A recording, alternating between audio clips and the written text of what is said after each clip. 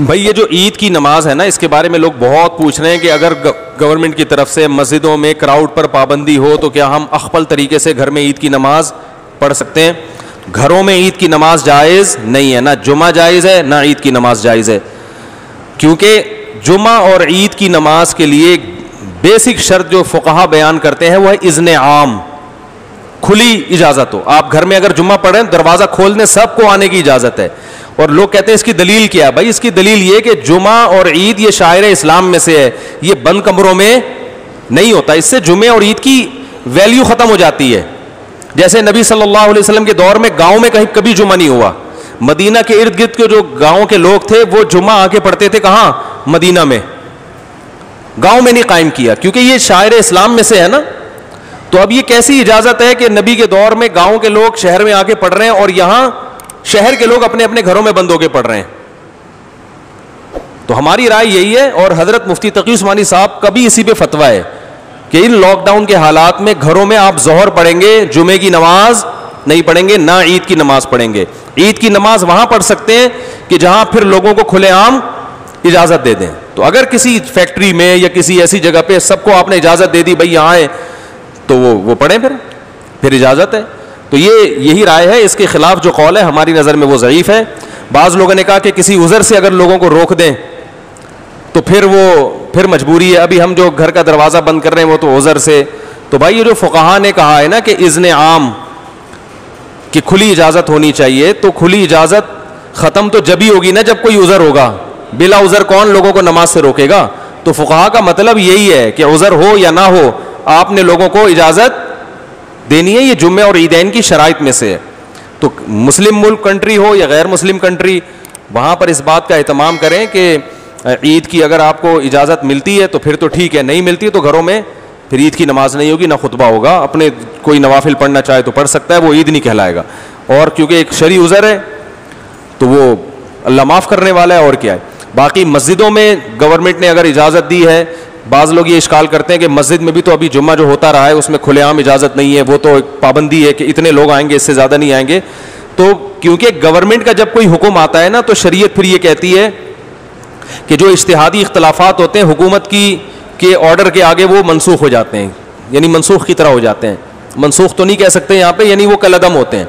تو گورنمنٹ نے چونکہ مسجد میں نماز پڑھنے کی اجازت دی ہے, تو اگر اس میں اذن عام نہ بھی ہو تو حکومت کی پرمیشن کی وجہ سے وہ کیا ہو جائے گی؟ جائز ہو جائے گی. اس پہ تمام فقہا کا اتفاق ہے کہ اس طرح کی جتنی بھی شرطیں ہوتی ہیں وہ حکومت کے فیصلے کی وجہ سے کیا ہو جاتی ہیں؟ کالعدم. جیسے چاند کا مسئلہ ہے نا, چاند کا مسئلہ سعودی عرب میں کچھ اور ہے, ہمارے ہاں ان کا سسٹم ہی الگ ہے, ہمارا سسٹم بھی الگ ہے, ہم اس سسٹم کو نہیں مانتے. لیکن سعودی عرب میں جب ہم جائیں گے تو وہاں کی گورنمنٹ ہمارے سسٹم کے حساب سے فیصلہ نہیں کرتی, وہ اخپل طریقے سے کرتی ہے.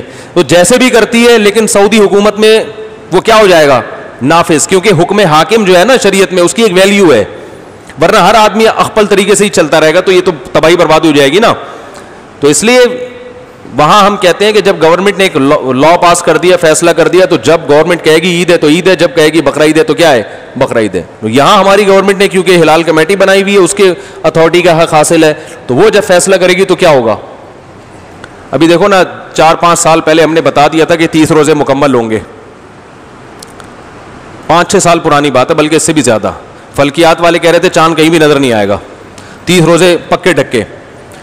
تو ہلال کمیٹی نے اعلان بھی نہیں کیا کہ کل عید ہے, اور 30 روزے ہو گئے, تراویح بھی ہو گئی, ہماری مسجد میں بیان شروع ہو گیا, ایک دم رات کو 10:30 بجے اطلاع آئی کہ کل کیا ہے؟ عید ہے. ہلال کمیٹی نے اپنا فیصلہ واپس لے لیا. اب ہمارا میٹر تو گھوما تھا کہ چاند کہیں دور دور کا بھی نام و نشان نہیں, پتہ نہیں ان کو نظر کہاں سے آ گیا. لیکن بہرحال ہم نے بھی کیا کیا ہے؟ عید منائی ہے. کیونکہ اب اپنی رائے میں مسلط کروں گا, بھائی میں اس فیصلے کو نہیں مانتا, ہمارے جامع رشید بھی نہیں مانتا, تو بھائی جامع رشید کوئی گورنمنٹ تھوڑی ہے.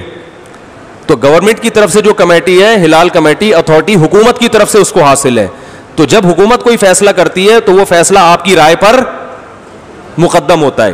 ہاں جب تک 100% شریعت کے خلاف نہ چلے. وہ گورنمنٹ اگر یہ فیصلہ کر دے کہ اس دفعہ عید سرے سے ہوگی نہیں ٹھیک ہے نا, رمضان ہی چلتا رہے گا, یہ 30 کے بعد 31 روزے بھی ہوں گے, تو یہ 100% کیا ہے؟ غلط ہے. اس میں اختلاف رائے کی گنجائش ہے ہی نہیں. تو جو ایسا فیصلہ جس میں اختلاف رائے کی کوئی تک بنتا ہی نہیں ہے, گنجائش ہی نہیں ہے, وہاں یا گورنمنٹ شراب کو حلال کر دے, وہ تھوڑی ہوگا. اسی طرح گورنمنٹ نے جو 4 شادیوں پہ پابندی لگائی ہے, تو یہ پابندی شریعت میں کیا ہے؟ کالعدم ہے. آپ چھپ کے کر سکتے ہیں, چھپ کے نکاح کرو, تو یہ بالکل جائز ہے. تو یہ کیونکہ قرآن میں صاف لکھا ہوا ہے, تو یہ اختلافی مسئلہ تھوڑی ہے. وہ الگ بات ہے کہ اس کے بعد اختلافی مسائل ہی شروع ہوں گے. 4 شادیاں کرنا اسلام میں بالاتفاق جائز ہے, لیکن یہ ایسا اتفاق ہے کہ جیسے ہی کرو گے اختلافات شروع ہے. بعض اتفاقی مسائل میں اختلافات بہت ہیں.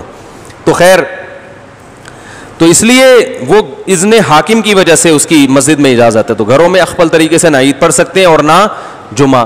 ایک آخری بات یہ کہ اگر کسی عالم کی رائے ہو کہ نہیں پڑھنی چاہیے, تو آپ اس کی رائے کو فالو کریں, مگر پھر تان و تشنیع نہ کریں کہ کلپ بنا کے ادھر میرا کلپ لگا دیا, ادھر دوسرے مولانا صاحب کی یہ کچھ اور کہہ رہے ہیں, وہ کچھ اور کہہ رہے ہیں. اس سے پھڈے بازی کے علاوہ کچھ بھی حاصل نہیں ہوتا. بھائی ہمارے یہ دلائل ہیں, اور مفتی اعظم حضرت مفتی تقی عثمانی صاحب وہ بہت بڑے محقق ہیں, ان کی بھی یہ رائے ہے.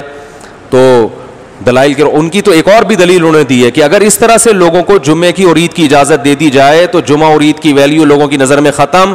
آئندہ جب کراؤڈ پہ پابندی جب ہٹے گی نا, تو بھی جس کو جمعہ لیٹ ہو رہا ہوگا وہ کہ بیگم کو کہے گا, بیگم اپنے ماموں کو بلا لو, چچا کو بلا لو, ادھر ہی جمعہ پڑھ لیتے ہیں. اس کا یعنی سیاسی نقصان بھی ہے, سمجھ رہے ہیں نا.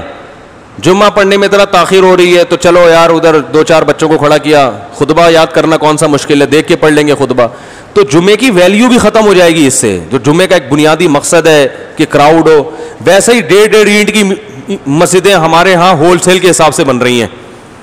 تو جب اس طرح ہر گھر میں شروع ہو جائے گا, تو وہ بھی ہوگا کہ یار آج تھوڑا لیٹ ہو گئے. شروع میں تو یہ ہوگا کہ آج تھوڑا لیٹ ہو گئے تو ہم گھر میں ہی پڑھ لیں گے. اس کے بعد یہ ہوگا کہ لیٹ نہیں بھی ہو تو ہم جب گھر میں ہو رہا ہے تو یہ مولانا صاحب کی تقریر جا کے کیوں سنیں, ان کے منہ سے خطبہ کیوں سنیں. ویسے بھی مولانا صاحب سے مسجد میں نمازیوں کو اختلافات تو ہوتے ہیں نا, ابھی تو مجبور ہیں کہ یار جیسے مرضی ہے جمعہ پڑھنا ہے, جا کے کیا کریں, بعد میں جا کے جو مرضی کر لیں. لیکن جب ذرا سے اختلاف ہوں گے, مولانا صاحب ہر جمعے میں 4 شادیوں پہ بات کرتے ہیں, لہذا ہم اپنا جمعہ الگ پڑھائیں گے, تو یہ شروع ہو جائے گا حساب کتاب. ٹھیک ہے نا, ذرا سے اختلاف پہ ابھی پابندی ہے بھائی, نہیں ہو سکتا, جس نے آنا ہے مسجد آئے, نہیں تو بس ختم. تو یہ مفتی تقی عثمانی صاحب دامت برکاتہم کی رائے یہ ہے کہ یہ سیاستاً بھی کیا ہے, نقصان دہ ہے. لیکن پھر بھی اگر کسی عالم کی رائے ہے, وہ مصر ہے کہ نہیں گھر میں, تو کوئی ان عالم کو فالو کرتا ہے تو ٹھیک ہے. لیکن ایک تو علماء کا احترام کریں, ایک دوسرے پہ کیچڑ نہ اچھالیں. اگر کوئی عالم یہ کہتے ہیں نہیں گھر میں عید پڑھ سکتے ہیں, جمعہ پڑھ سکتے ہیں, تو بہرحال وہ عالم ہے تو قابل احترام ہے. آپ ان کی رائے سے اگر اختلاف کرتے ہیں تو بھی قابل احترام, اتفاق کرتے ہیں تو بھی قابل احترام. یہ اتنا بڑا مسئلہ نہیں ہے گھر میں جمعہ یا نہ ہونا یا ہونا, لیکن علماء کی شان میں گستاخیاں